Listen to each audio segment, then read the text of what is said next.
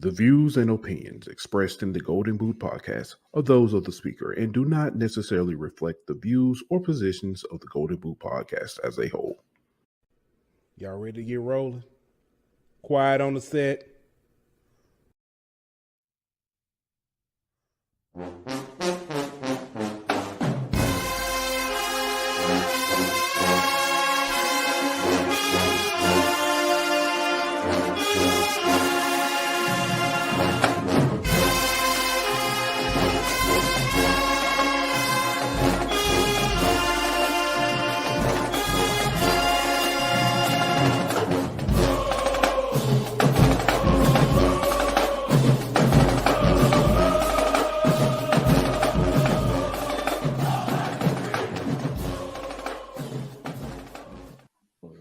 Hey, welcome back to another episode of HBCU Hour.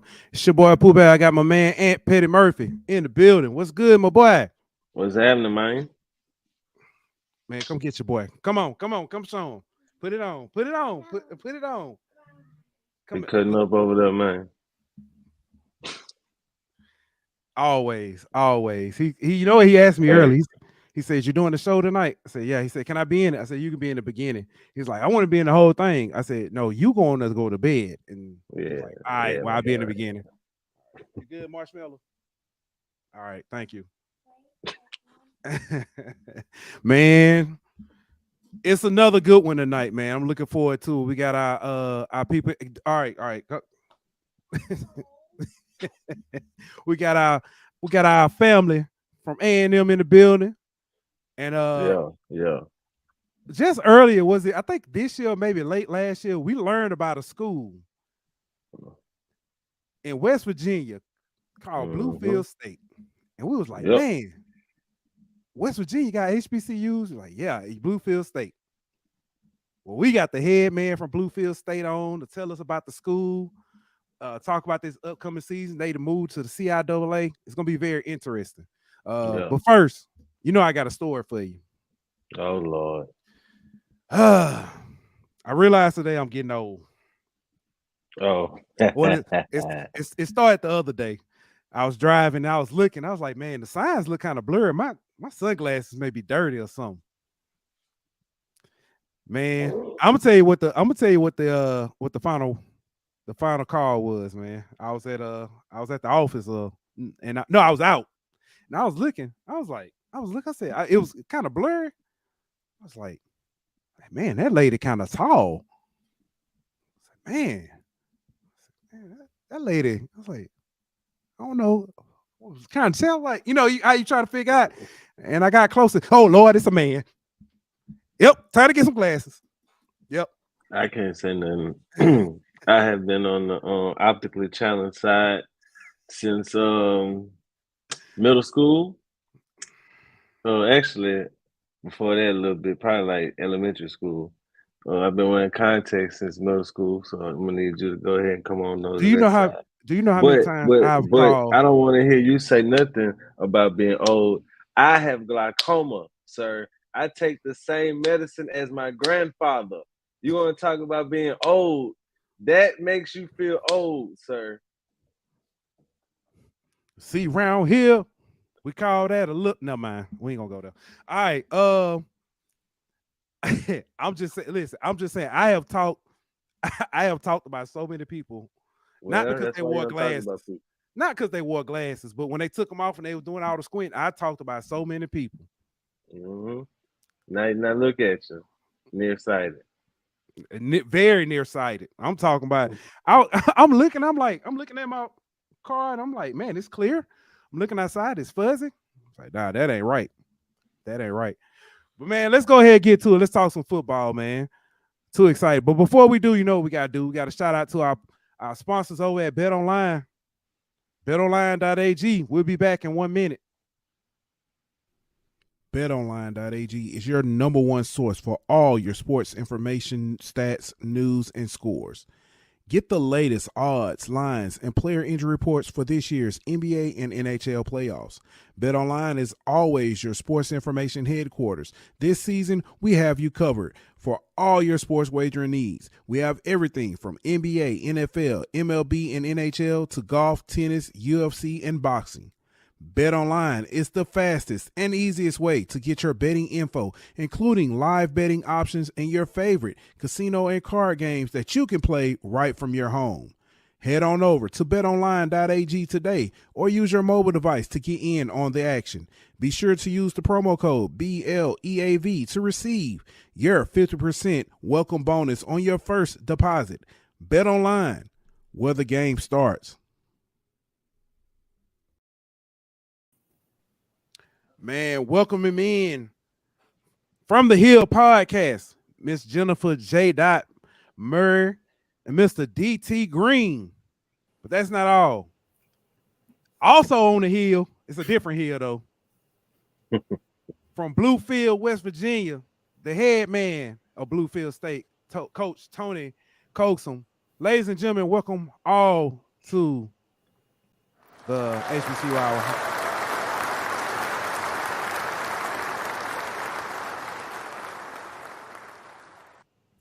We got you know what? I get hyped. My little league team. All my dogs in the house. I can really say that tonight. All my dogs in the house. Yes, sir. I'm not going to bark on your podcast. man. Man, I hope everybody's doing well. How's everybody this evening? Doing well. Great. Doing good, man. Thank y'all for joining us, man. Hopefully we can get to talk some ball. Hopefully y'all ready for that, man. I know Coach always ready for that. He lived for that. So let's get straight to it if y'all down for it. Before you get started, though, I'm not going to sit Okay, here go ahead. about being old when beforehand you talk about graduating high school in 2002, and I'm sitting there, I graduated high school in 95. I'm not going to let y'all talk about this old. That's not old, Coach. That's not old at all. But so my point exactly. You talk about getting old. I got all the gray hair, my body hurting.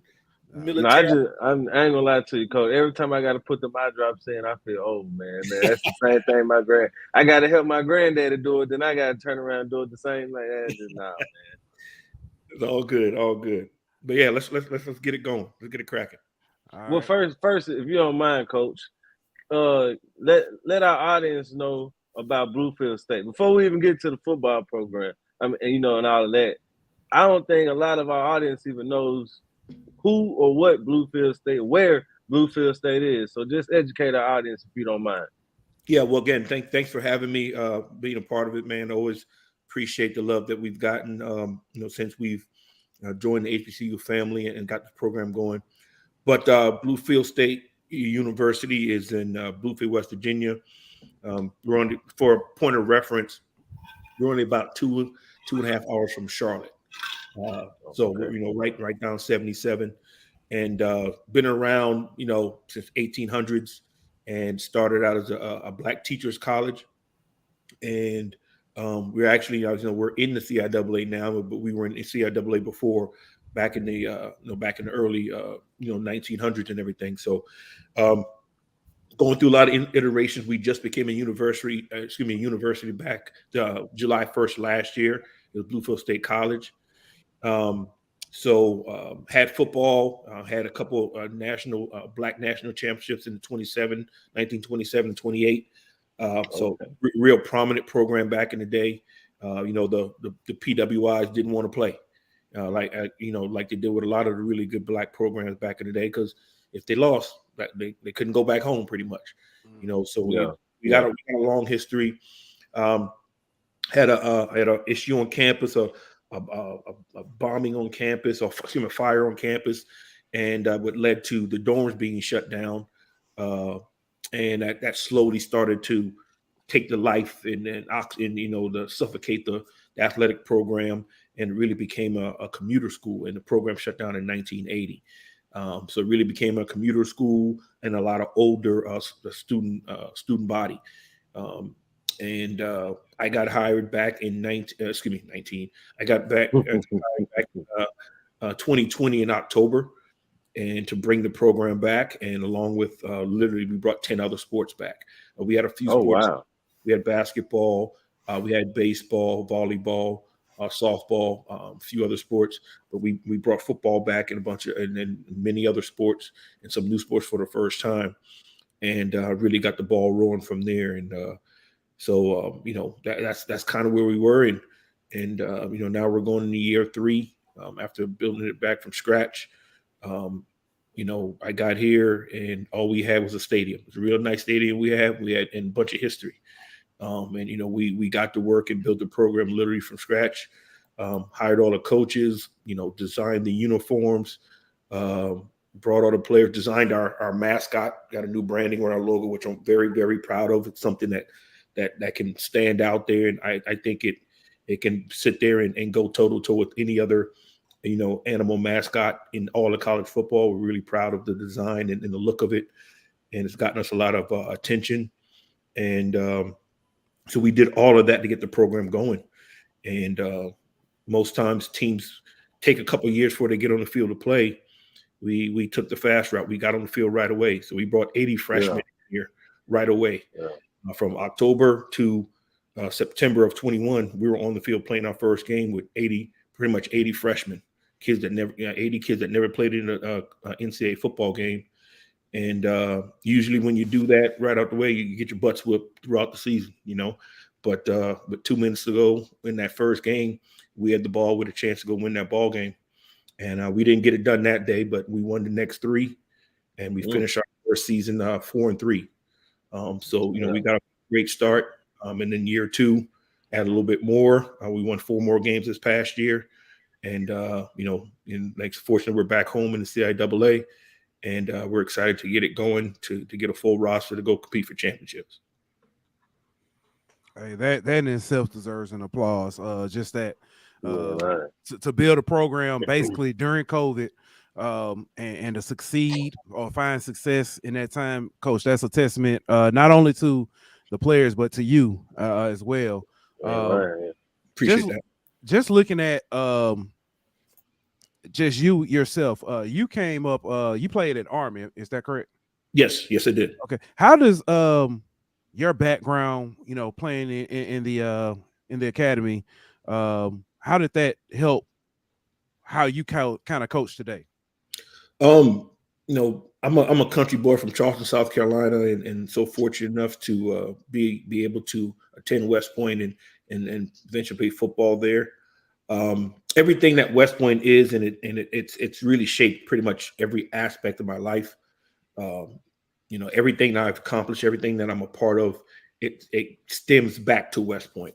From playing college football, getting to serving the Army, coach in the NFL, being a proud member of Kappa Alpha Psi Fraternity Incorporated. All that started at West Point, and the leaderships that I learned from being at the academy, everything that the academy teaches us, and being around the great teammates that I was around, that we literally call each other brothers, and being in the Army, all of that, the leadership that I learned through the academy and being in the Army really shaped everything that I do here as being the leader of this program. And my guys probably get tired of it, but I talk about Army football all the time. The thing about it, every football team that walks the face of the earth, they talk about brotherhood and being a family and what that brotherhood means. But it's very hard to get. And honestly, a lot of teams don't have that. We truly have that brotherhood because of the unique things that we go through. And I think we do it better than any other service academies. Because I say that because some have told me that. So we really understand what that brotherhood is. And I try to bring that to our guys all the time. And I truly believe that has played a part in us to be able to have the success we've had in a short period of time. Yeah. I want to say, battle buddy, appreciate you and thank you for your service. Thank you for everything that you saying you do to help pay the way for other young Black soldiers in the military and other soldiers as a whole. And it does. I tell you what, and we've talked about it on the show before. I could care less about Army and Navy, the game itself, until I started serving.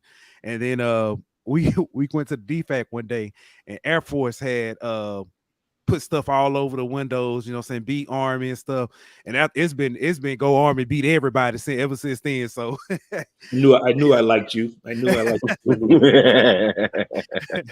But yes, sir. Go Army, beat Navy, Air Force, y'all get out your chairs. But anyway, they just gonna do some jumping jacks or something. They don't do that. They'll hire somebody to do. Anyway, I ain't gonna talk about them. Don't get us started. Don't get us started. Oh man. Miss Jennifer, Mr. DT. Hey, I think we reached out to the From the Hill a while ago. It was like, hey, I want y'all to know, appreciate the work y'all do. Looking forward to talking to y'all. Finally here, get a chance to talk to y'all. Man, tell us about the From the Hill podcast. So our podcast started just based on some stray discussions from me, Jay, Wayne, T, Corey, and a few others. We're all pretty tight, and we got our own group chat and whatnot, and we pretty much were just like, look, A&M needs fan content, and a couple of us have media experience, so we just jumped in. We didn't just try to map out a plan. We just jumped in and just got it started. I had to kind of take a back seat from co-hosting because I'm actually still in grad school. So I kind of work behind the scenes on a lot of creativity and just ideas and things. And they taken the on-air portion of it and just ran with it and done a great job. We got a lot of good input from the fans and university, family, and all that good stuff. So lock us in. Season 2 starts August 8th. Subscribe to us. We're on YouTube, Facebook, all that good stuff. And yes, just to add, David as well, who is just amazing with our graphics as well as our Twitter account. Yep. Yeah, you're muted, my boy. I said, is that Mr. David Thomas? Is that who that y'all is David right there? Yeah, because he showed was talking. He said something about he said it's only one hill. So yes. Now, I mean, it's kind of hard to compete with West Virginia on the hills, but look behind her though. Look behind her though. We're not gonna argue with West Virginia, but as far as the SWAC, there is one hill in the SWAC. Yes, sir. Hey, I ain't stepping on no toes. I'm stepping on no toes. If there's any other university that can claim the hill other than us, it could be Bluefield State. Yes. FAMU, I'm sorry, y'all are almost in the Atlantic Ocean. Like, come on, relax. Prairie View is in the middle of Texas. It's on a prairie. It's not on a hill.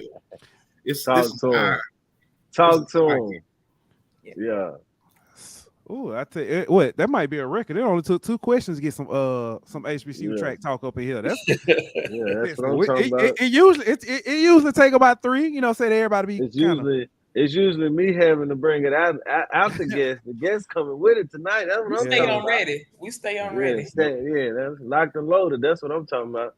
Hey, I'm gonna say, hold on. Ahead, before you do that, I always appreciate. I just want to say, shout out to our, statistician, Mr. Chuck Hunt said Grambling played Bluefield State in football in 1956 at Grambling. That's some history for you. At the hole, not the hill. The hole. Go ahead. I just was gonna ask Mr. DT over here. Speaking of CIA, y'all coach is very familiar with the CIA, very successful in the CIA. Started off that way whenever he got to the SWAC. My question is, what does it take for him to get to the level of success that he had in the CIAA? Well, they've been working on that. Maynard is a quarterback guy. He's definitely he fell into a really good situation with Aquila Glass. The SWAC is extremely competitive. You see what it took for a team to actually go undefeated. Jackson State had to go dig up somebody out of the Pro Football Hall of Fame to come coach and go undefeated. And, that just undefeated seasons aren't, it's not like in the SEC where you got one or two teams that'll go 12-0 back to back. No. We don't do that down here. Everybody in the SWAC is at each other's throats. Everybody. And there's no cupcake. There's no cup. Yeah. Listen. I mean, we saw last year with Valley. We lost the Valley last year. And I said on our podcast, the show before that show, and I said, look, nobody that ever puts on a football uniform wants to go 0-10 or 0-11 or 0-12. That's so facts. You come up on a desperate, team and they'll catch you slipping. Yeah, but I think that going forward, I think that Maynard's got pretty talented team this year. He and the staff, they've snuck in some nice quarterback transfers. There's one guy coming from, I believe it's Georgia State. And another one that's transferring from Northern Illinois, and both of them have legitimate game time experience. They've got a returning starter who's familiar with the system. It's going to be a dogfight at quarterback this fall camp. Got a good receiving core coming in. Of course, it's going to depend on how the quarterback situation shakes out. And I'm looking at an improved defense too. I think we're going to turn some heads on defense. So I'm looking forward to it. On top of just the football part, and Jay, I'll let you touch on this. We've got some what can I call some trinkets? We got some trinkets getting laid around campus and around the football stadium this year, don't we? Yes. So some of us, T as well as Corey, two of my co-hosts, we had the opportunity to be hosted by the athletic department, and they gave us an exclusive tour of some of the facilities around the stadium. So I don't know if y'all have heard, but we're getting dog houses. I did see that. They are because the picture really doesn't do them justice. They are huge, and we'll have AC, water, electricity, and it's right in the end zone. So there, it's pretty much going to be a party inside of the game. So let me just tell you right now, if you have a doghouse, I'm your cousin. I'm just gonna show up and it's your cousin Jen, and you're just gonna let me in. It's gonna be the time. But they can do pretty much anything. Barbecue. You can have a bartender. You can pretty much have your own party in the end zone. Yeah. That plus we have a new host as far as the game day experience. So this person is going to be the crowd hype man, working with the DJ, just making sure that we're just really elevating the game day experience. So they're bringing the kids zone into the stadium. So listen, I got to tell Bulldogs, if you are watching and you have not gotten your season tickets, jump on those season tickets, because I'm so excited for the work that our AD, Dr. Paul Bryan, and his staff is just putting into our programs. Yeah. One thing that I did that I saw from Paul Bryan, and it was at first it seemed like a very risky move, but it looks like it's paying off with some of the stuff like the doghouse and stuff like that. But it's the task force that they put together, where they kind of shined away from some quick money from the classic and decided to, not pull out of the classic, staying with the classic, but doing some other things. So can y'all tell us about the task force or what you do know about the task force? So the previous agreements with the Magic City Classic essentially was a promoter handled the revenue portion. And to my understanding, this move is basically for the university to control that function that the promoter previously carried out. And, some people they kind of bristled at it like, whoa, wait a minute, but here's the thing about athletics in the next few years. Like, if you're not taking calculated risks, you may miss out on big opportunities. And a lot of times, we kind of get a little, oh, well, we're just doing the same old, and this is a calculated risk to me. And I think that it's going to pay off, because I just looking at the committee, I think that they've got a pretty competent group of people that know what they're looking for.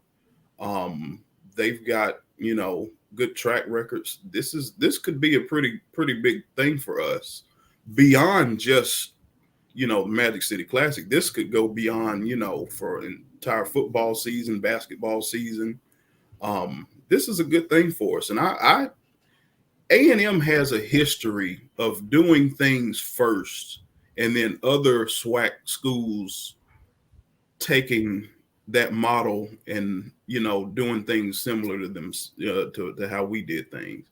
And we come from a Division II history similar to Bluefield. We came out of SIAC. And when we came into the SWAC in 1998, a lot of other SWAC schools kind of looked down on us, and we gave them the business, like The business. some of the big three. They came in here talking noise. Southern came in here talking noise, homecoming 98, full house, and they got beat. We just kind of, A&M and Huntsville in particular is a different university in a different city than what is par for the course in the SWAC. And a lot of SWAC people, when they come and visit, they see that up close. And so when things like this, this move that we're making with the committee, taking over the promotional function and the game day, observatory functions, I think you're going to see other SWAC schools and other HBCUs do the same down the road. And just to kind of piggyback off of what DT said, when we did come into the SWAC, we came with 12 SIAC titles. So we were a SIC powerhouse, and you bring that mentality to the SWAC, it just help us make that transition easier. Yeah. Well, speaking of transitioning, Coach, the transition y'all are making. I'm looking at your schedule right here. It looks to be kind of favorable, considering you got both Lincoln and Virginia Union at home. What's the vibe from the team, about the challenge that they got ahead of them, going into the CIAA this year? We're excited across the board. The first 2 years, we played a limited schedule, mainly because, protect our guys, having only 80 players the first year, then got up to about 90 in year two. We didn't have a full 10-game schedule. 2 reasons. Obviously, for that, I didn't want to get up to that much. But also, when you're fully independent, it's hard to find all those games. So we played 7 games the first year, 8 games the second year, and now we couldn't play for anything. It was just our guys are playing for the love of football. Being in college, getting a degree, and getting better. And it was just be patient, keep working. We were working towards something. We're building, and we got the call to that they were bringing us back home to the CI, and that helped in so many different ways. We were already doing a pretty good job recruiting, but that opened up avenues for us where people are a lot more willing to listen, because now they know, hey, again, we're only 2 hours from Charlotte, so we're not that far from North Carolina. So it's like, hey, kids in North Carolina, hey, we get to, half the CI is in North Carolina. So we can say, hey, yeah, you're gonna get to play in front of your family. You come down here with us. And now, hey, we got a chance to play for championships. We get a chance, guys, to play for all conference awards and all and things like that. So, we're really excited about it. The other thing is that, I tell people all the time, it's so hard to win a football game. Every time you win a football game, you cherish that. So there's no such thing as an easy win. There's no such thing as a cakewalk. We're in this thing deep, and we got some of the the teams that you call them the perennial powerhouses in the conference. We're playing them all this year. We're in the North, so we're gonna be playing Bowie and Virginia Union every year. We got them both at home back to back this year, if I remember right. And then we got the defending champs coming in. Fayetteville State's coming in.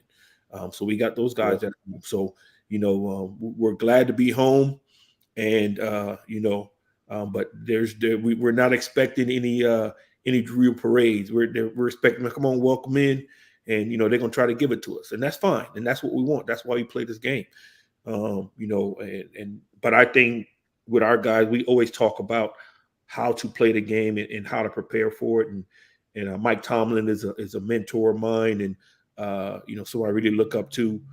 Not only being a great coach, he's also my fraternity brother, and he says it all the time: the standard is the standard. You play to a certain level, and that's what we try to do. Everything with our guys, we try to set our standard of play and focus on that every week, because we can't control how another team plays or prepares. I think a lot of times coaches or teams and players get too worked up trying to focus so much on what the other team is about. You can only do so much.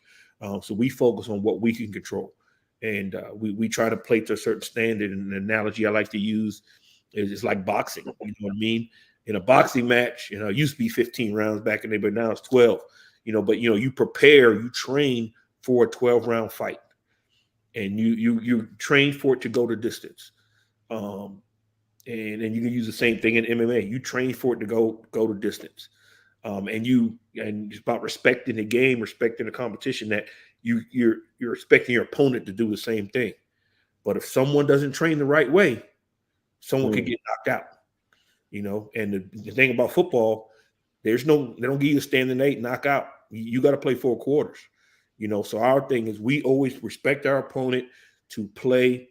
We're expecting them to come out and give us everything that they have, because that's what we're doing.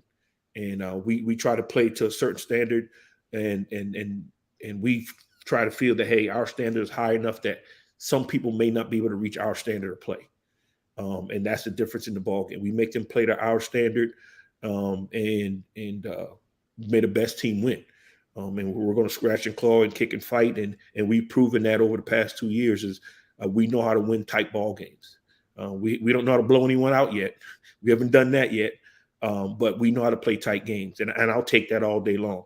5 minutes go in the game, and it's within a score or two, I feel good about what we're about. And prime example is our very first win, our first year, second game of the year. We go on the road to Elizabeth City, and within 5 minutes, we're down 21-0. Everything that could go wrong went wrong. And again, I got a bunch of freshmen playing their second college game and their first road game. And, our guys didn't flinch. Got them huddled up on the sidelines. Hey, what's going on? Are they doing anything that we're not ready for? It's us. And they all agreed. The next 5 minutes, we tied the score right back up 21-0. And we outscore them, the rest of the game. From point being down 21-0, we outscored them 35-6 for the rest of the game and won the ball game. So that's the type of thing that our guys don't back down. They fight, they scratch, they claw, they play to the end, and that's how we evaluate things. I evaluate games on how our standard of play, and there were games that we've won. There were games that we lost that I was more pleased at how we played than some games that we won, if that makes sense. So I don't necessarily get caught up in the actual outcome. I get caught up, how do we play? Because that's what we can control: our effort, our discipline, our execution, how hard you play, how much you show the love for the game. And if we focus on that and do those things that we're capable of, I'll always be satisfied with that performance. And 9 times out of 10, we'll get the outcome that we're looking for. Coach, we actually got a question in here, and I make tailored a little different, but our good man Melanated asks, what is a realistic season for Bluefield State in the CIAA by season end? And I guess I want to tailor it to ask this: what does success look like for you at the end of season 1 in the CIAA? That's a really good question. It kind of ties in what I was just saying. It's about performing the way, going week in and week out, playing to the standard that we set for ourselves. We don't get caught up in worrying about what anyone else outside of our program says or what they expect of us, because no one understands the work that we put in. And that even goes to inside our own walls here at Bluefield State. You know what I mean? No one else really, truly understands the work that we put in. In the same way for us, when we're looking at our basketball program or our soccer team or whoever, we were pulling for them. We see a little bit, but we're not with them every day.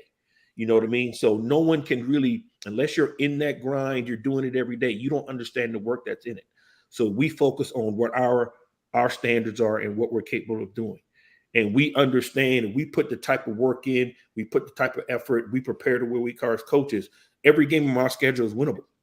You know what I mean? It is what it is. Right. On the flip side, also losable if you don't do those things.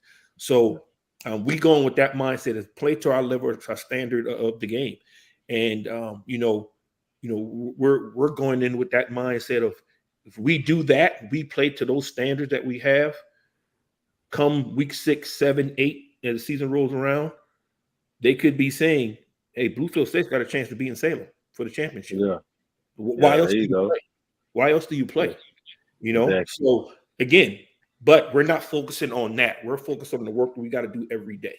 So we're focused on the work that we got to put in on that and what gets us to that point. Because you start, you eat an elephant one bite at a time. You know what I mean? So you can't focus on the outcome of the game. You focus on this play and things you go. I kind of go by a thing. I call it win now. And win means what's important now. And now is no opportunity wasted. You focus on that stuff that you got to do right here and now, because that's what you can control. And when you do that, that breaks everything down. That makes everything simple. And focus on doing your job. Do your job the best of your ability. And what I tell our guys all the time, and you got to embrace what your role is. Okay, embrace your role, because for you, whatever your role is, it's the most important role on the team. So whether you're the starting quarterback, or you're the guy on the scout team, or you're the filmer, if you have the mindset, if I don't do my job to the best of my ability, the program's going to fall apart. You know what I mean? And if everybody embrace their role like that, we're going to be successful. Pooh, you get it. It's the military mindset. Yes, sir. Everybody, you do your job. It's another way to say doing your job. But you got to realize your job, my job is to be the best head coach I could possibly be for these guys, or they're going to fall apart. That scout team guy, I got to do my best job, give them the best look, or we're going to fail. Embrace that role. And those roles may change throughout the year, week to week, game to game. But whatever role you're put into, you embrace your role. Like, if I don't do my job, we fail. And when you do that, sky's the limit. So that's kind of how we look at it. And we just try to go at it every day, and we try to have fun while we do it. I don't know if you got a spot for a slow cornerback with bad eyes, but I'll play for you any day, Coach. For real, man. I appreciate that. I don't even want to play. Listen, Coach, I'll tell you, I got experience on college football, EA Sports college football, and Madden, and I was coaching a flag football team, 5 and 6 year olds, and we put up 56 points, just the defense. So I just want to say, if you need help, I'm your man. But I'll keep that on the short list. Yeah. Our good man Zach says, put me on the Bluefield State bandwagon. Coach is preaching right now. Tell you, it's I want to ask that same question to From the Hill podcast. Yes. So what does success look like this year for A&M? So Coach, in all due respect, you gave us the inside the locker room gospel. I'm about to give y'all the bleacher. Yeah. Okay. You're always talking gospel. Okay. Because it's two different. It's totally different things. This is a Louisiana podcast, right?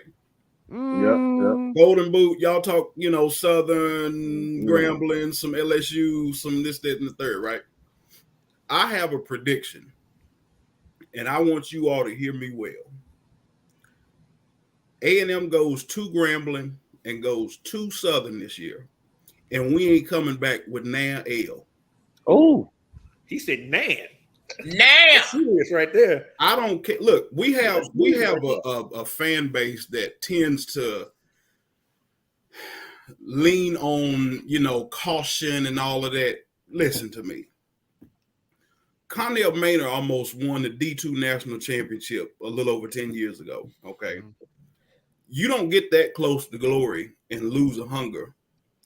And we owe Southern for a trip. We went down there in 2019, and the refs stole it from us like they always do when we go to Louisiana. And I was there, mad. And we owe Grambling one for all the times that they, you know, tried to sneak us, you know, in the various ways that they know how. Old boy, the coach down there, no disrespect, but you know, it just don't look like it's working for him. And I think he's probably going to be on the hot seat. And I wouldn't be surprised if, you know, if he's sent back to NFL, to the sweep floors or what have you, after we beat them. So mark it down. A&M is beating Southern and Grambling State this year. October 14th. I'm gonna be the Grambling. I'm gonna be the that one in Mobile. I might have to schedule that one. You know what I'm saying? Make my and way we down. might not leave out of Mobile with an L either. It won't. Because we owe them two. There it is. Revenge tour. What time is that game? I obviously I'll be busy, but I'm gonna have it on to make sure I which one after the game. Check out the score. Which one? I gotta check that out. Which one? Either one, both of them. So, we got. Let me see here. Or how we say back home. Southern is in Baton Rouge on September 16th. That's a night game, 7:00. That'll be perfect. Oh yeah, that'll be perfect. Then we got Jackson State October 7th. That's a 4 p.m. in Mobile, and then October 14th. Yeah. October 14th, we go to Eddie G. Robinson down at Grambling, and that game kick still TBA. My apologies. I got the Jackson State and the other game confused, but yes, I'll make sure I'll be tuning in. Speaking of, there are bills due to collect. Go ahead, Jay. Just to piggyback real quick off of DT, I did want to circle back to the task force. And this is something we're looking forward to as well, because I really believe that, and I want other HBCUs to watch what we do, because in the years that we control the game, which are the even years, will be completely responsible for planning, just everything, coordinating. So it's going to be a high risk, but by cutting that middleman out, we have the high risk, but we will have the high rewards as well. And on top of that, just going back into the trinkets that DT mentioned, we have the new turf. I know if y'all have seen it. It is gorgeous in person. Pictures doesn't do any justice. We have a new scoreboard coming as well, new facilities for the teams. They're right now working on the locker room for the teams right now. We got a chance to see the gutted portion of it. So again, I know Coach was doing some great talking about Bluefield and recruit, but let me tell y'all, you want state of the art, you come on down to Norman's Hill. Hey, I could testify. Even before some of it was done, I was, so I went in that stadium. I was like, oh, this is what we doing up in Normal. Okay. Here's the thing about risk taking too. Okay. Yes. Who owns the most profitable sports franchise in pro sports? It's the Dallas Cowboys, right? Mm-hmm. Jerry Jones bought the Dallas Cowboys when they were losing $1 million a month. Okay, that was a risk. This was oil money out of his pocket, buying a team that was losing $1 million a month. That was risk. Okay, you don't move forward sitting still. Scared money don't make no money. Not at all. And I just want to address one more thing. There is a hornet in the comments. It's just I'm trying to get to it and buzzing away. Irrelevance. So, and they finally beat us after years of getting destroyed. But I'm gonna tell you something, melanated righteously. I want you to come sit by me in the end zone. You come sit by me. Hey, he said, bring them little houses to Birmingham. Hell, put them in the shade. The results will be the same. We send a name, a pink slip, and an updated vaccination record. See, let me tell you something. What y'all don't know about Alabama State, I'm really trying not to let them have their moment. But Alabama State is pretty much owned by most of the HBCUs in the state, including us. Tuskegee owns them by a lot. We own them. So ever so often, they have to enjoy the few wins that they get. So I'm going to let them have it. You said a broke you clock will. right twice a day, and huh? far between. You can A let them blind have squirrel it. gets I'm a not. blind squirrel finds an acorn every now and then, huh? I remember when Tuskegee went down there and photoshopped the shed over their home side, Yes, they over did. their visitor side of the stadium. Oh, Yes, they did. And I my guarantee man you, bringing out the Tuskegee ain't winning receipts nothing tonight. in Bluefield this year. Hey, Melanated, you can't say stay current. You started this, my boy. You started this, my boy. He's like, why you bringing up old stuff? you started it. I mean, you bringing up last year, Melanated, so you can't do these that, folks, man. These folks struggling against Miles. We can do this. Oh man. And you know, I don't I'm play about surprised they Miles. don't That's have my Faulkner on parents' the school. schedule. I don't play about Miles. That's my parents' school. So Oh, he they said keep Faulkner. it cute. For those of you who don't know, Faulkner is Church school. yeah, basically in Montgomery. Yeah. It's yeah, never mind. It's Let's small. go, baby. It's after the 4th of July. Yes, It is it's football almost time, man. Ooh, It is ooh, almost ooh. time. We're this close, y'all. Yeah. So let me go go ahead, Paul, go ahead. I was just gonna ask, like, so you said y'all gonna beat Grambling Southern and y'all gonna beat Jackson State too. So I'm assuming that you saying y'all gonna be playing for the chance to go to Atlanta for the Celebration Bowl. We always play for that. Yes. I'll say yes. We're gonna be in contention for the SWAC championship and staring down a Celebration Bowl. Yes. Okay, so that game versus FAMU, that's gonna be for who goes to the. We owe them too. Listen, that's what I was waiting on. I was waiting to see if that how far that redemption tour go. There are invoices on the table that have money that need to be transacted. Okay, there are bills due. I love it, baby. You can print that on the shirt. Somebody print that on the shirt. 2023 Bulldog That is Tour. a hell of a shirt. Bills Run due. it. That is a hell of a shirt, though. I will give you that. That is a great idea for a shirt. Man. Coach. Yes, sir. Somebody asked Mr. Chris Tucker asked this, will Bluefield State be getting a marching band? Yes, we're working on that to get the the band director, and to get a band built like everything else that we're working on. So our vice president of athletics is working very hard to get that going.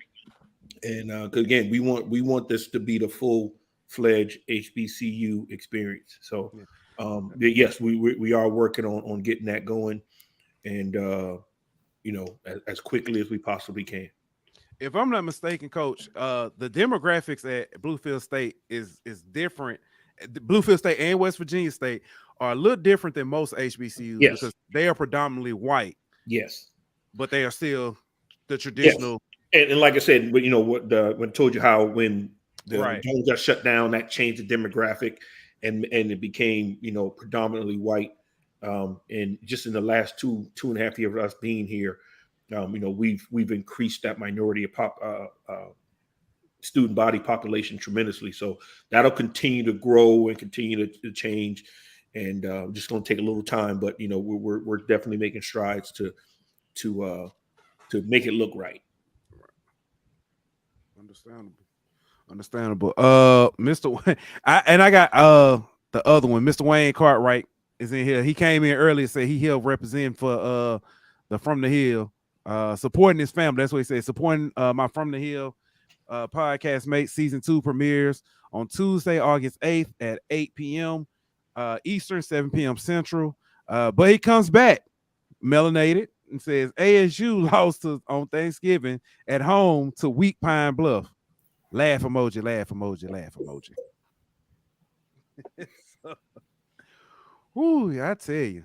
Hey, Melanated, you might need some backup, man. You came in here starting all that mess, and you ain't got your hive with you, man. I do this 24/7. I work with a lot of Hornets. We do this 24/7. So Melanated got to step it up. Yeah, he need to bring some of the rest of his hive with him or something. Let me tell you about Bama State. Bama State will run a Boston on every other sport except for football and basketball because they get whooped so much in football. So their track program is excellent. Their volleyball program is excellent. If they got croquet or whatever else they got out there in Montgomery, they're going to win the SWAC Commissioner's Cup every year to make up for getting embarrassed in the fall in football every year. Every year. Every year. I think they may have beat us in the Classic like twice out of the last decade. Quick question. Ask them how many NFL Hall of Famers they have. Oh, Lord.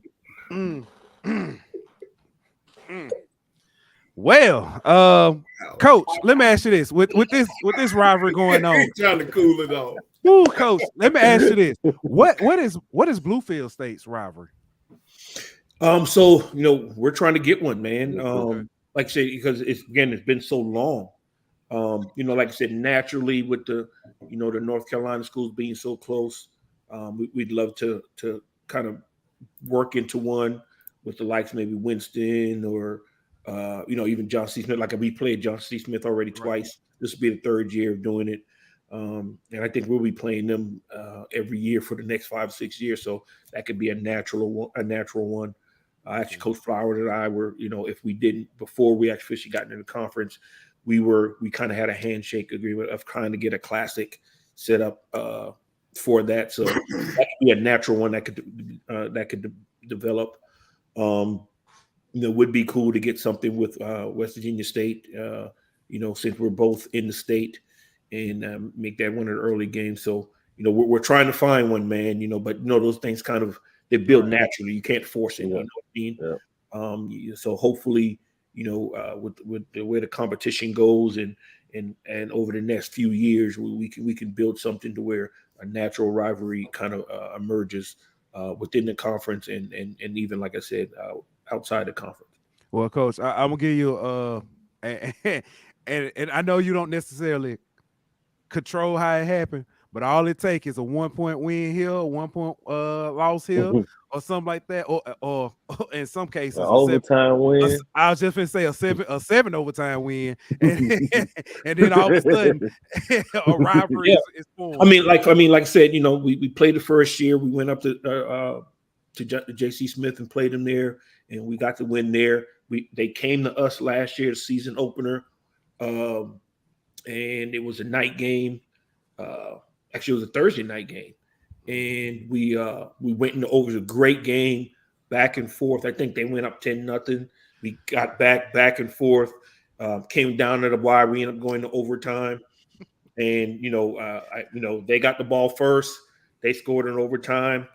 I flipped over on to my D coordinator. I said, I told my offensive guy, I said, hey, before they scored, I was like, hey, when we get this ball back, when we score, I'm going to go for 2. You good with that? Mm-hmm. And D said, Coach, let's ride. So I told the offense, I said, when we score, get the 2-point ready because we're going for 2. And we had a play set up. They did a great job. They called a timeout right before the snap, so they got to see the play. Mm-hmm. Some OC was like, what do you want to do, Coach? I said, you put 2 or 3 in the game plan, right? Call the next one.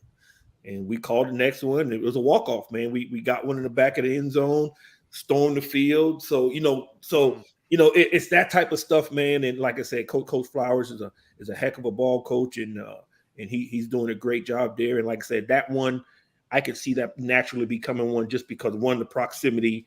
We have a lot of alumni in Charlotte area. And we've already played 2 great games back to back, and we're playing again this year at their place. So it's the one that could naturally kind of end up going that way. So again, however naturally it happens, let's make it happen. Coach, I got just a little piece of advice for you. Mm-hmm. Get in contact with that other coach of that other program you're just talking about, and call them up and just say, look, me and you, we need to, set this little rivalry that we got, smoldering. Let's set it on fire.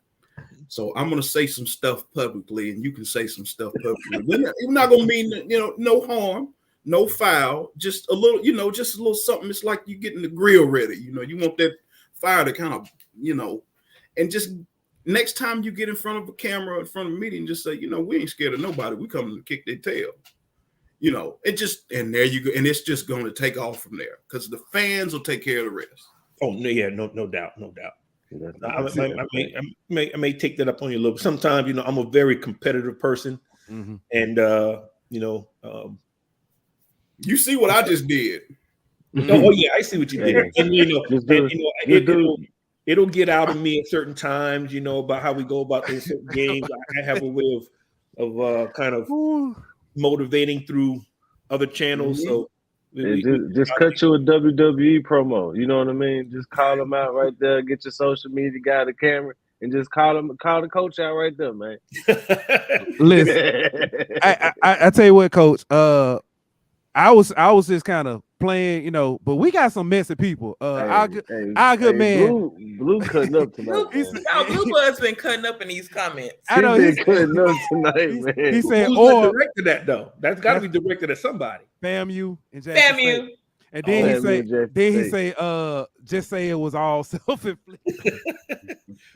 I've been on different spaces and stuff like that with Zach there. He I'm seeing a different side of him right now. Usually he's pretty chill and calm and cool and kind of diplomatic. I see he got a little bit of savage in him right now. Well, Coach, he cut up on our show because he know, saying with affirmative action, we gonna always bring him on.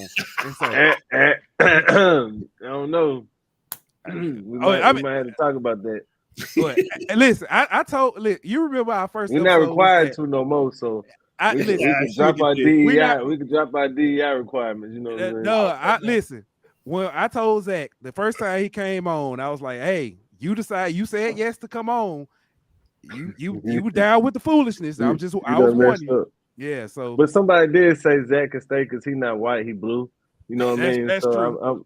I'm cool with that. Zach's invited to the cookout for sure, no doubt. I keep telling y'all he gonna host the cookout. He just can't DJ. But hey man, he gonna have that. Before I let go on and everything, bro. Yeah. You ain't even gonna know. Hey, somebody said I secretly think Blue is from Pritchett. Hey, now that wow. That's wow. Listen, that's probably the best one. If y'all don't know, look it up. I'll leave it at that. But let me ask this. All right, so Jen, DT, let me ask you this. So naturally, Alabama State is in state rivalry or whatever, but it's still family. Because we talked about this, I think last week, like Southern and Grambling, you know what I'm saying? It's a rivalry, but it's family. Who is a rivalry that is just like, I don't care what y'all say, it's on and popping? It's really Alabama State. Like, it is? Okay. It's family, but no. So here's the thing. It's a cousin that you don't give sugar to. Like, can I borrow some sugar? No. Go to the store, buy it. You don't. The problem that you have in Alabama is, let's just be real. Both schools don't have, 12, 15, 20 SWAC championships like the Gramblings and this, that, and the third, right? Mm-hmm.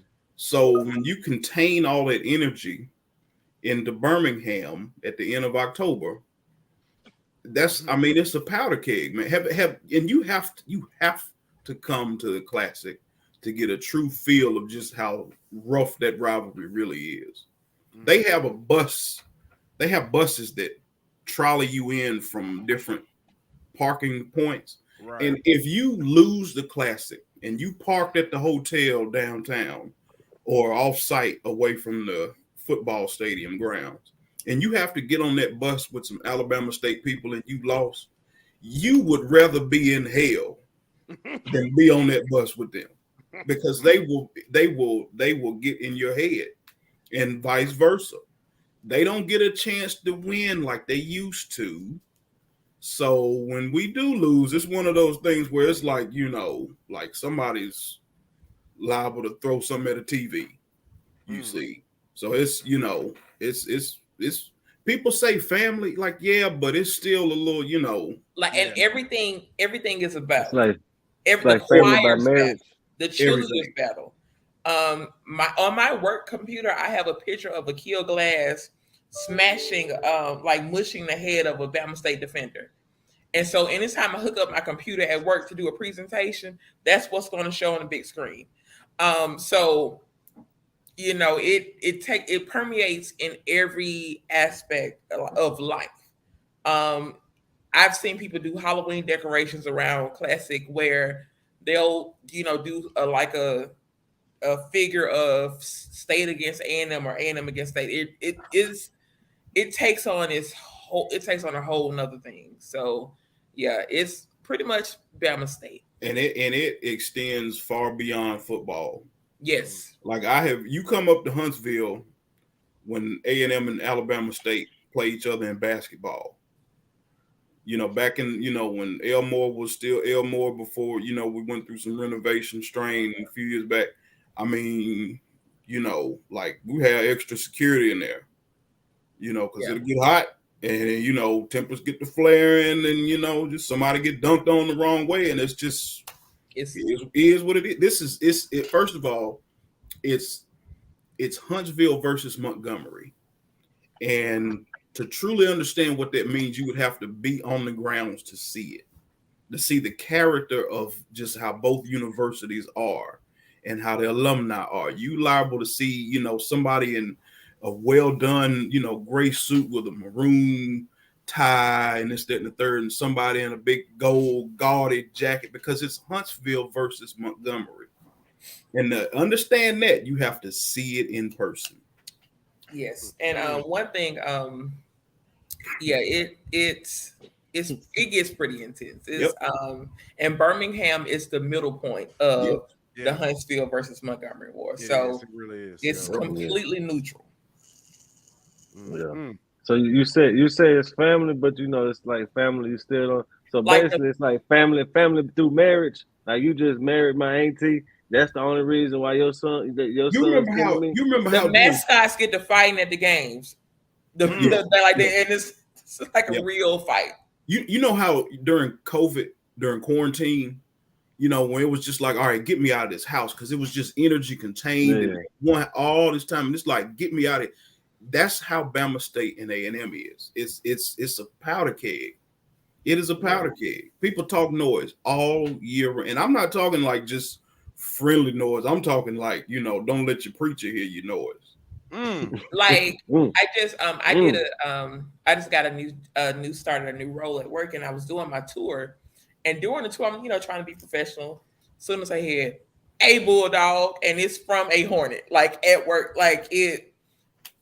It's everything. When I was a student, I'll never forget. I used to be a part of the pep squad, and so we would participate in chants and things of that nature. We went to Montgomery for a basketball game, and we lost that game. These jokers down there drew maps of Alabama and put a map of I-65 North and pointed at us and showed us the map of how to get back to Huntsville. Like it.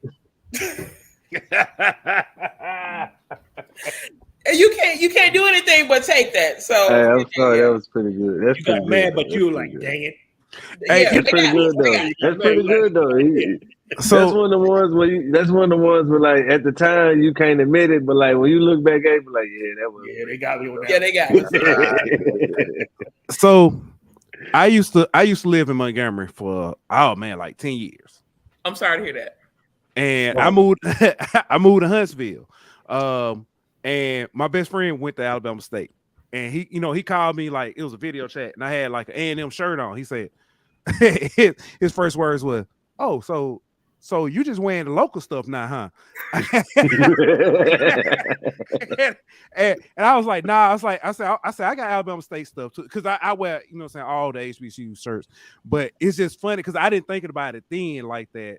But he was really offended. He's like, our friendship was in question about that shirt.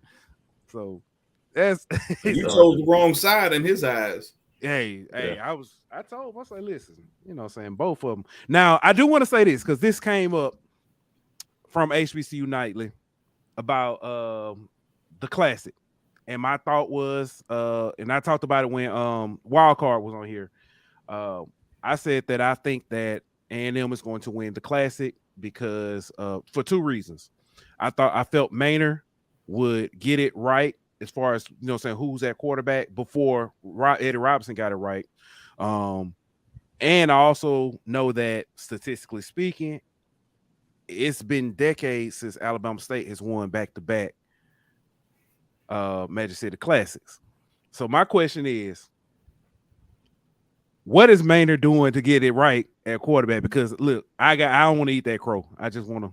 So we have, and I like how he does this. Mhm. You know, we'll just be minding our business as a fan base, and then boom, I've committed to Alabama A&M University, and you start researching them. Oh, you played at Georgia State. Okay, whatever. You go looking at his, you know, his little bio. Oh, you played in a bowl game. You won a bowl game. You played in this, you played in that. So we've got a transfer from Georgia State who played FBS, like actual snaps, not on the bench, not just at an FBS school to say they went to an FBS school because, you know, their teammates back home looked up to them and, you know, the swag was nice. He actually played at an FBS level, you know, high level football. There's another one that played at Northern Illinois. The quarterback situation at Alabama A&M, I am more comfortable with this year's situation than I was of last year because I knew that we were potentially gonna, you know, go through a post-glass transition period. Right. Just knowing this staff, you know, Connell Maynard would throw the ball 80 times a game if you let him. You see where I'm coming from? And so the quarterback in him, man.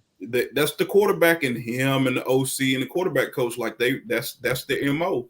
And I don't think that they were satisfied with how last year played out. No offense to anybody on the team, you know, they did as well as they could with what they had, and you know there's still a chance for last year's starter to, you know, potentially start this year because of just time and grade and whatnot. But here's what I do know: Connell Maynard does not want to go 2 years in a row with a season like we had last year on offense. And if I had to guess, what I do want to circle back with as far as last year, a lot of people don't realize how we started our season off. We started with FBS UAB, then Troy, another FBS power in Alabama, and then Austin Peay, FCS strong team. So that was pretty much one of probably the most difficult schedules to start with in the SWAC. So thankfully, you know, we only have one. We only played Vandy this year, but and that's, you know, that's kind of hard to bounce back from.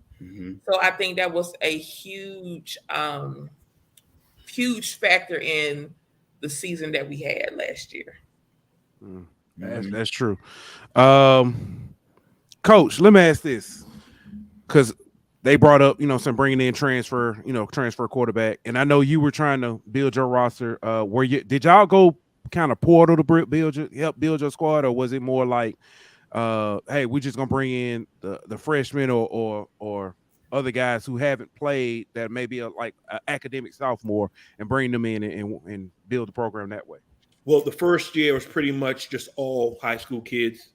We had a couple kids that were like at JUCO, things like that. So we started with, you know, that way. And then last year we got some transfer kids in, a few here and there. And again, they wasn't like there were transfers from any, you know, they were like maybe high-end JUCOs or other smaller schools, things like that. So we did get a few of those. We actually had a kid that in the first game the first opponent we played against in our first year, he was a linebacker there, and he actually transferred to us and played linebacker, and he was voted team captain. He's been phenomenal since he got here to us. Not only as, you know, he was a very, you know, starting linebacker for us, did well on the field, but outside of that, he completely embraced Bluefield State, the HBCU world. He's our SAC president. He works with our SID and doing marketing and all the video stuff. He's truly embraced. He's the type of young man that really, that, you know, epitome of what we want, that represents the school in every aspect. Everybody on campus knows who he is. He's involved with everything. And then even now this year, we've gotten, you know, we're still recruiting high school kids because, you know, we kind of do both. You know, we want to, I believe you build your program and you really you get that consensus of building that culture of your program through getting high school kids and having them grow up in your program. but you use the portal to fill holes that you may need for how recruiting process go. You may not have a guy here, you need one spot here. So we are doing that, and we're getting some kids that have transferred from other D2s, from D3s. We've got some FCS transfers. We got some FCS HBCU transfers. We have an FBS transfer. So we're getting kids from all over.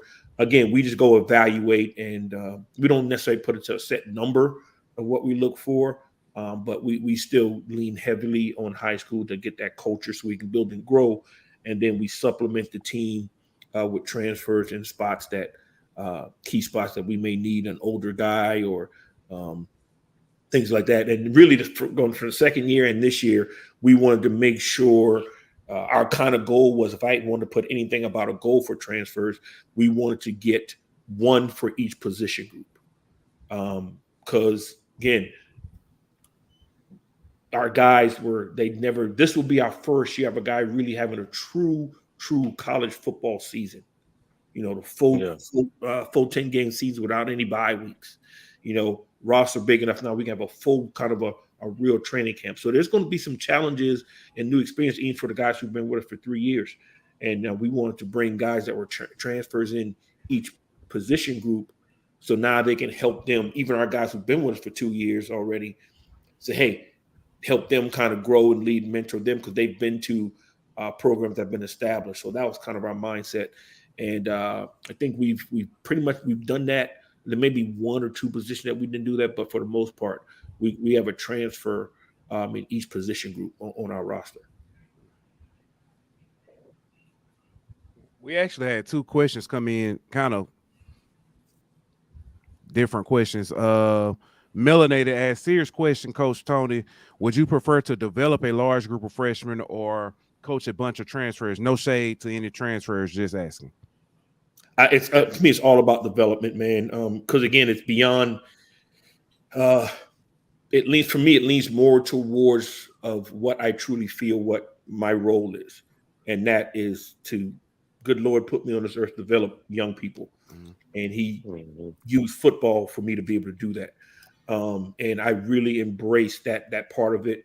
I've been to the NFL level. I won a Super Bowl, and I've always leaned toward being a college coach, because it's nothing like when you get these young people, when you first meet them when they're sophomores at these camps, or some even freshmen, and you start recruiting them as juniors, and you get a kid when he's a junior, meet him as a junior, you see him at other camps, he comes to your camp, he comes play for you, and then he graduates, plays for 4 years. That's 6-7 years that you've had a chance to impact this young man's life. And it's so important now, because right now, part of my, I guess, monologue or whatever you want to call it, I don't want to call it a pitch, because when he said pitch, that sounds like a salesman, and I'm not a salesman. It is what it is. But what I tell that the young people today, they're lied to in the world. They're lied to through social media and just how the world presents things to them, make them feel that they're entitled to things, and they can do no wrong, and they can say and do whatever they want without any consequences. And that's not real life. So I tell them all the time, my job is to help you develop to become the best father, if you choose to be one, the best husband you choose to be one, but be the best man and leader you can be once you graduate. And my goal is, when these guys graduate and get their degree, it's literally to go out, not just to go out and be a provider and do good things.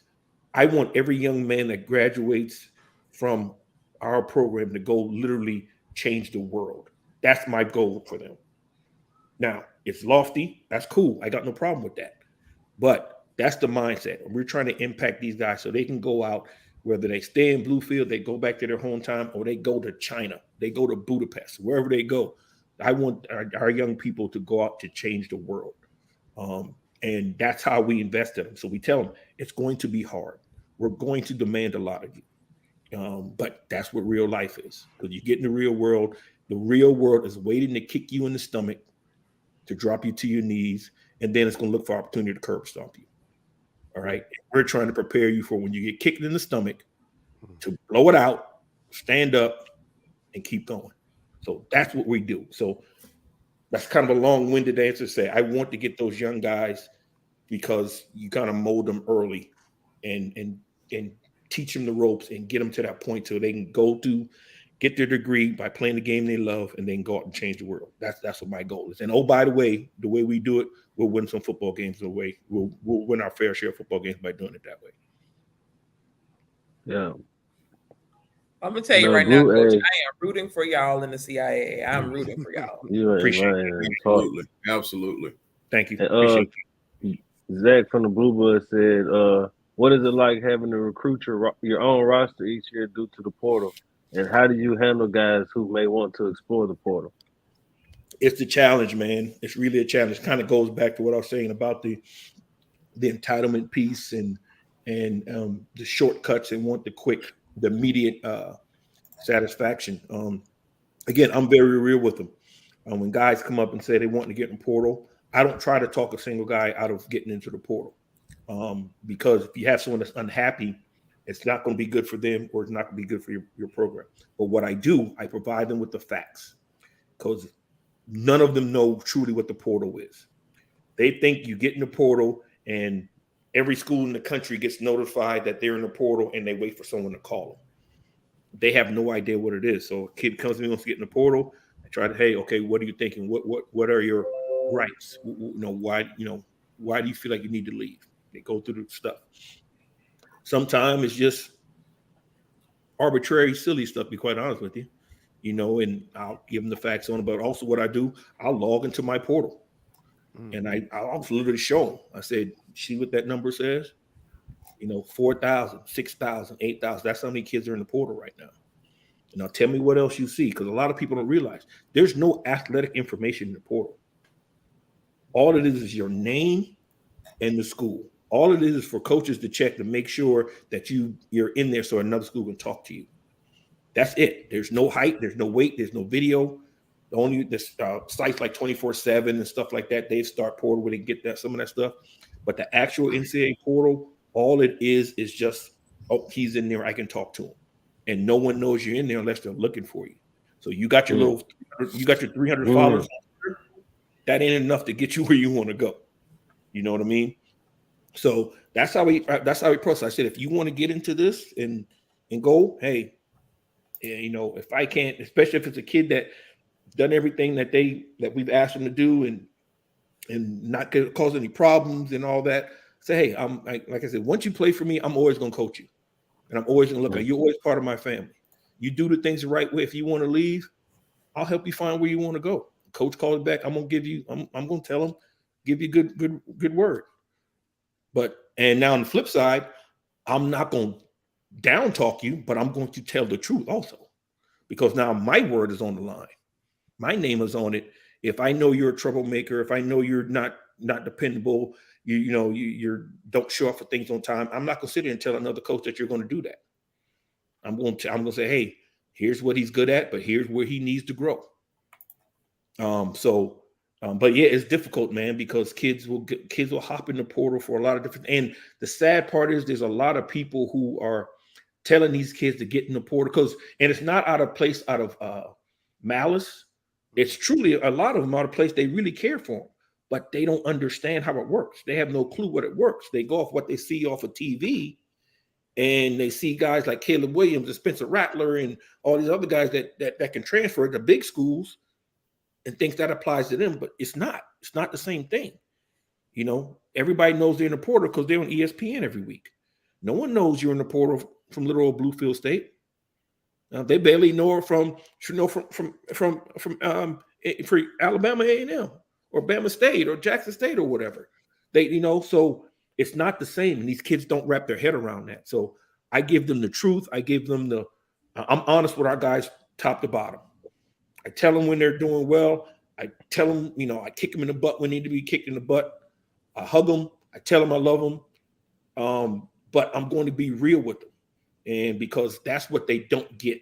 They got way too many people patting them on the back and telling them how great they are. And that's not the real world. That's not how we recruit.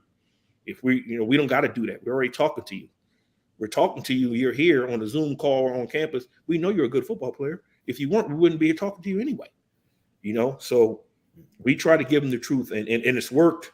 Even people that have gone to other places, their parents or their guardians or whoever important people want to say, hey, coach, you guys have been the realest people that we've talked to. And that's all I ask for. I want to be able to sleep at night. That I told you the truth and you made a decision because you felt you wanted to be here. If you decide you want to leave, that's cool too. But I'm going to make sure you leave under the right pretenses, because I promise your mama or your grandma, your auntie, I'm going to take care of her baby.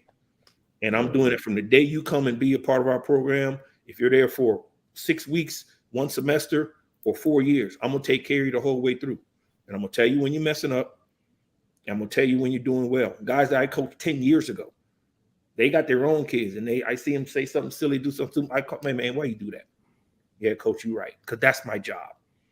So, because that's what it means to be a family. That's why I was talking about earlier about that brotherhood that I learned at the West Point. That's what I live off of, and that's how I coach. That's how I coach our guys.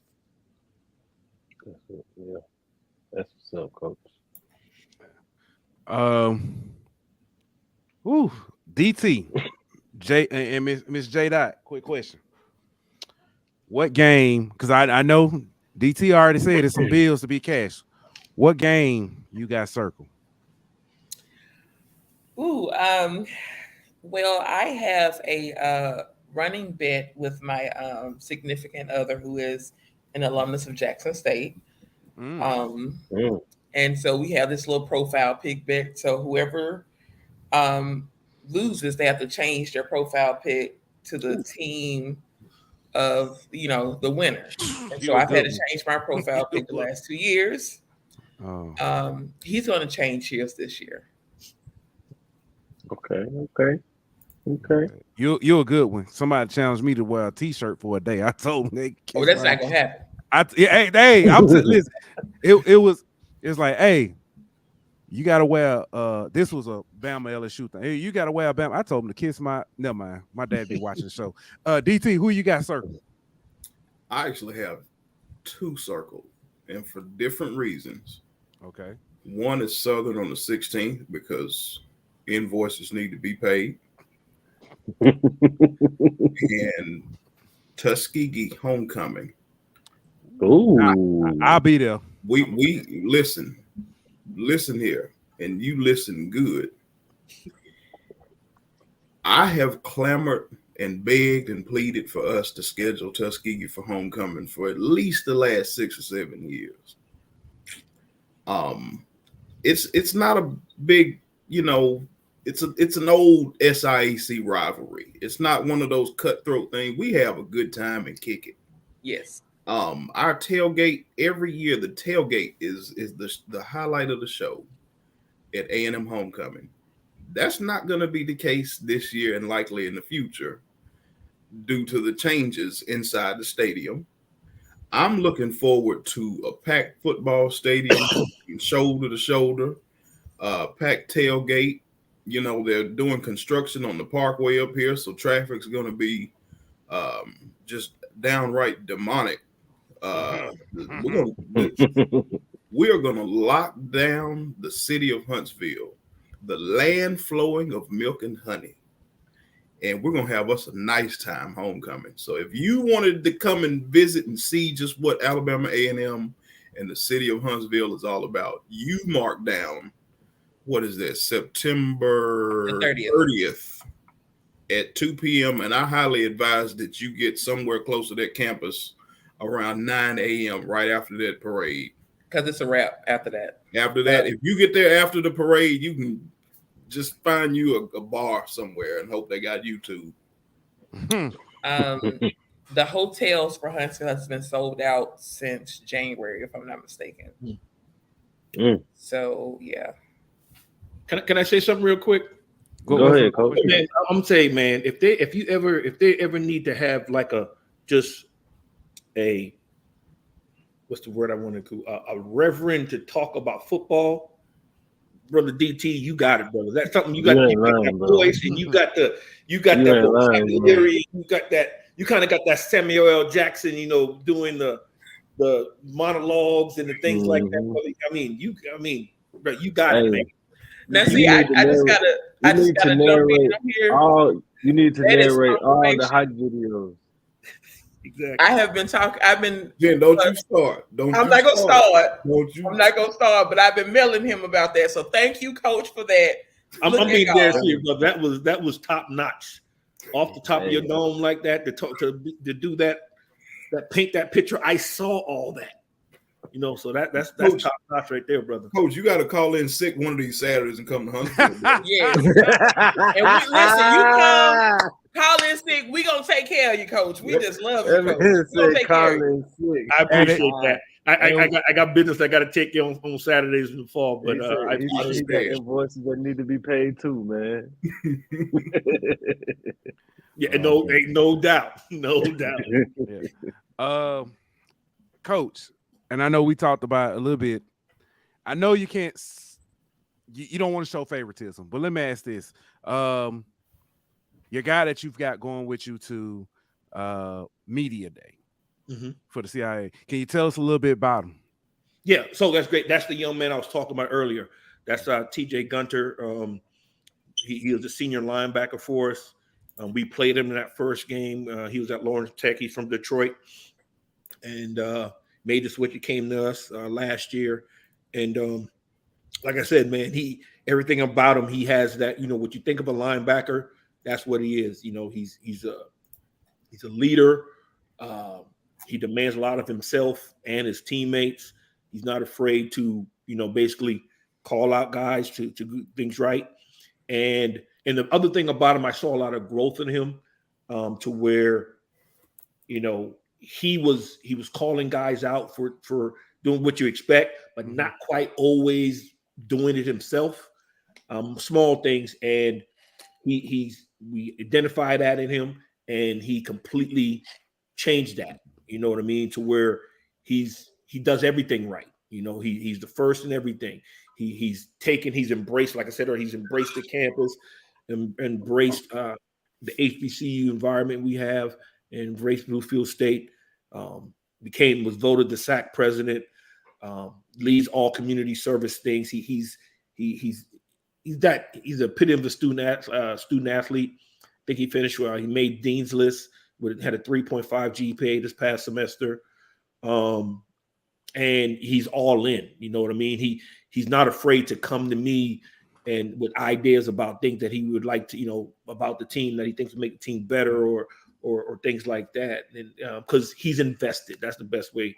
He's fully invested in Bluefield State and to our program. I can't say much about him, much more about him than I did, man. I'm glad we have him. And like I said, he's got, this is his last year, so I know he wants to go out with a bang and make this the best year of college football he has. And he has a bright future, whether he wants to be in coaching or to go on beyond that. So I can't say enough good things about TJ, and we're so glad to have him. And he's TJ, but when he do get on my nerve a little bit, I call him by his full government. I call him Tristan. So he knows here's Tristan. He actually, our DC, he calls him Tristan by his first name all the time. So, but yeah, we're very excited that we have TJ, and I got a feeling he's gonna have a really good year in the conference. And he's a guy by the end of the year could definitely be on some lists for all conference, first, second, third team, however we want to do it. I doubt we're going to have. I mean, we won't have anybody on it this year, obviously, but he's a guy that definitely can be contending for some postseason honors, individual honors. Go ahead. Oh, go ahead. I was just gonna since you're talking about media days and who's coming to media day, I was just gonna ask them about Donovan Eagleman, the running back, and I believe Hayes, the defensive lineman, is the other one going. Yeah. I know, and obviously we all know about Eagleman, but those gonna be kind of the main guys that y'all count on both sides of the ball this year. And who else is kind of some key guys for y'all this year? Those are gonna be two of the surefires. I would also look for a gentleman named Jordan Mitchell. He's gonna be likely getting a lot of playing time on the opposite rush end of Zarion Hayes. They're going to make a nice bookend there on defense. I look forward to seeing who ends up with the sacks out of those two. There could be a Mathis Freeney type situation going on there. We also got some cavalry coming on inside linebacker with a guy named Evan Craighead, who's transferring from Samford University out of Birmingham. He's a local kid. He's been making noise since he got on campus as well. Eaglin's going to tote the rock. The running back room has talent. I know we had one couple transfer out. Listen here, if the quarterback situation is not, 50 passes a game, it won't bother me at all because I like balance.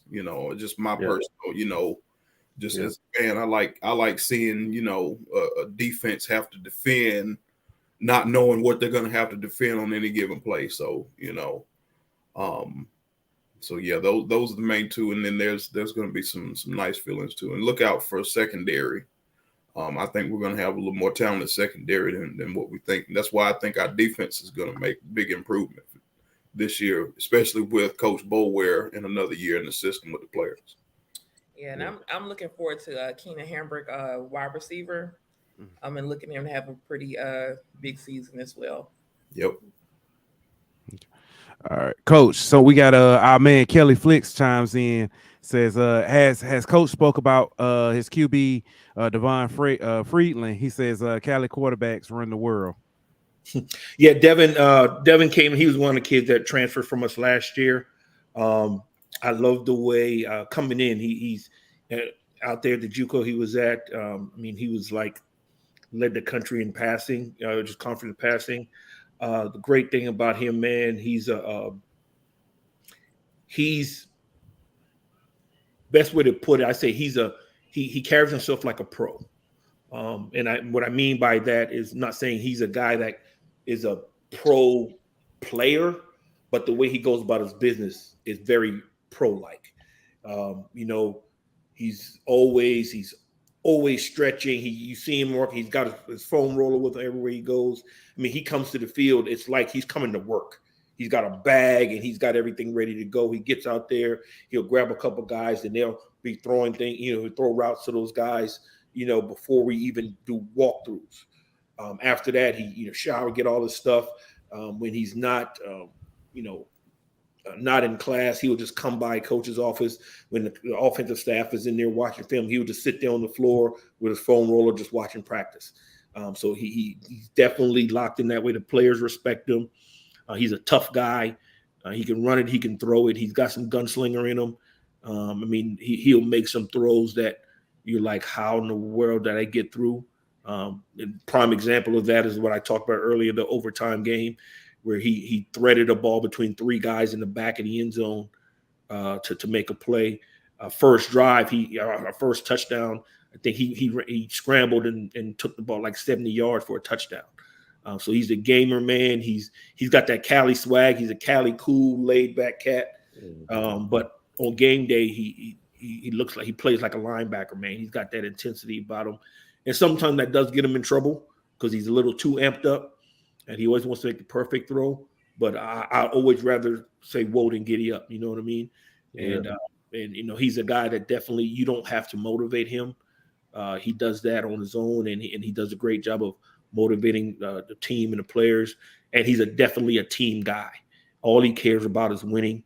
He had some health injury stuff that came throughout the year, and it kind of kept him in and out. But when he wasn't in the game, he was right there with the backup quarterback who's playing, encouraging and all that. Nothing selfish about him. And again, he was a guy that was elected captain. And again, both of those guys came in. I let the team vote, and they were two of the newest guys on the team, and they basically got voted captain in camp. So that tells you what their teammates thought of them. So we're excited about Devin, and we got like everything. We brought some really good kids in to compete with them. But he's a guy that he definitely on the competition side, he'll rise to the occasion. And we're excited to have him back for his senior year. All right. I want to first off, I think I got like one question. I want to thank everybody for joining us, Coach. You listen, my wife gonna be mad at you because I'm about to run through some walls. Listen to you and DT. I done probably bought too many tickets for the homecoming game just to make sure I get there. So y'all in trouble. I'll send the invoices. Because invoices got to be paid. Right? Invoices got to be paid. DT, if you see me use that on a post, don't get mad at me, brother. I love It's all yours, Coach. I appreciate it. So let me ask this, DT and Miss Jen. When the season ends, A&M's record will be 9 wins. Okay. I'm gonna follow DT. 9 wins. Okay. All right, Coach. I'm not gonna do that to you. I just out of respect, for what you're doing over there. But I won't do that to you. But I'll say 10 wins. There you go. All right, here we go. Hey, I won't be mad at that, brother. Let me revise that. 8 in a possible. Oh, you went space reference. I'm about to say he turned this to a space game. 8 in a possible. I hope I'm not out of order on this, but there's a certain Southern jag in the comments. Not just it's been letting fly. I've been, I'm really not trying to mess up my tailgate invite at Southern with this. But he made a statement about Prime, Coach Prime, respectfully embarrassing Coach Maynard, and we haven't heard from him since. Now Southern, Mr. Jamon, I just want you to know that Coach Prime never blanked Coach Maynard. Okay, so you keep it cute. That's a fact. And remember that we saw y'all lose 35-0 and then turned around and lost again a couple of weeks later. Ooh. Keep A&M out your mouth, baby. Amen. Go ahead. And she dropped an amen on him. You just gotta let it go. Ooh. You gotta let it go after that one. Well, with that said, before we go, Coach, go ahead, Ant. I was just gonna say the question that that's what you finna do. No, go ahead. Oh yeah, that's what I was gonna do. Okay, go ahead. Coach, tell us, Ty, you actually met Ty, took a picture with her recently, and she says, Coach, can you tell fans how to support your program? And while you answering that, I'll give you the floor to, anything you want to tell the people about Bluefield State. Yeah, man, we met at the ATL, the mega camp this past weekend. Great conversation, man. She got a great football mind, and it was good to finally meet face to face. But again, thanks everybody for all the support we've gotten across the 2 years we've been here. We got nothing but love from the entire HBCU community. We have our, my personal Twitter is at Coach Coaxum 17. That's my Instagram and my Twitter account. Our football Twitter is at BigBlue_FB. And if you go to bluefieldState.edu, that's where our school page and that's our sporting page, and all of our schedules and everything is there on it. And in general, man, like I said, we're excited to get the program going again, and we're excited to be in the CI back home. And we're just ready to go out there and compete and roll the ball out and give everything we got and see how this thing plays out. So thanks everybody.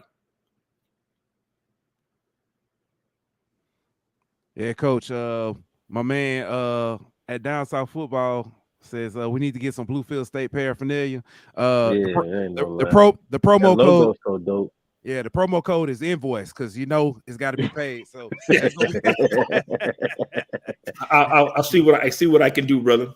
But we definitely gonna be some supporters. Do we need who go ladies first or DT? Who want to go with first? Okay, Miss Jen, it's on you. Tell us, what you need to promote. Tell us about the show.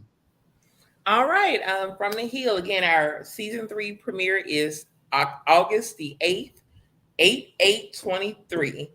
at 7 o'clock Central Standard Time. So make sure you come in, support us, follow our socials from the Hill on YouTube, as well as Twitter and Instagram. All right, Mr. DT, it's all yours, sir. And on top of that, if you plan on making it to any Alabama A&M football games this year, you need to get your season tickets at aamusports.com. And you better get them early, because Tuskegee for homecoming, if you're not there, I don't want to hear it. I don't want to hear it. And 8 and a possible. 8 and What's a the possible? If you don't mind me asking. FAMU, because they got a nice quarterback. That they do, my brother. That they do, my brother. Nice. I ain't even mad at you for that one, bro. That they do. Hey, I do. Hey, in the chat, listen, I want to say it's always love. We appreciate everybody for coming through. It wouldn't be SWAC if we ain't have no, you know what I'm saying, competitions in the chat, no challenges and little trash talk. It wouldn't be SWAC. But I definitely appreciate everybody. Thank you, Miss Jen, Mr. DT, Coach. Thank everybody for coming in. We'll definitely have to do this again. And Coach, if we may have to holler at you after the Johnson C. Smith game. Let's see how, you know what I'm saying, how that, you know what I'm saying, the trash talk work. We do our talking on the field, baby. Yes, sir. All right. And we'll be back on Monday. And this might be the one people been waiting for. We got Jackson State and Bethune-Cookman coming through. Oh Lord.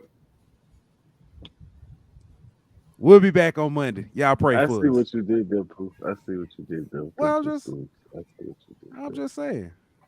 But all right, man. We'll be back on Monday. And like that, we out. This show was presented by betonline.ag.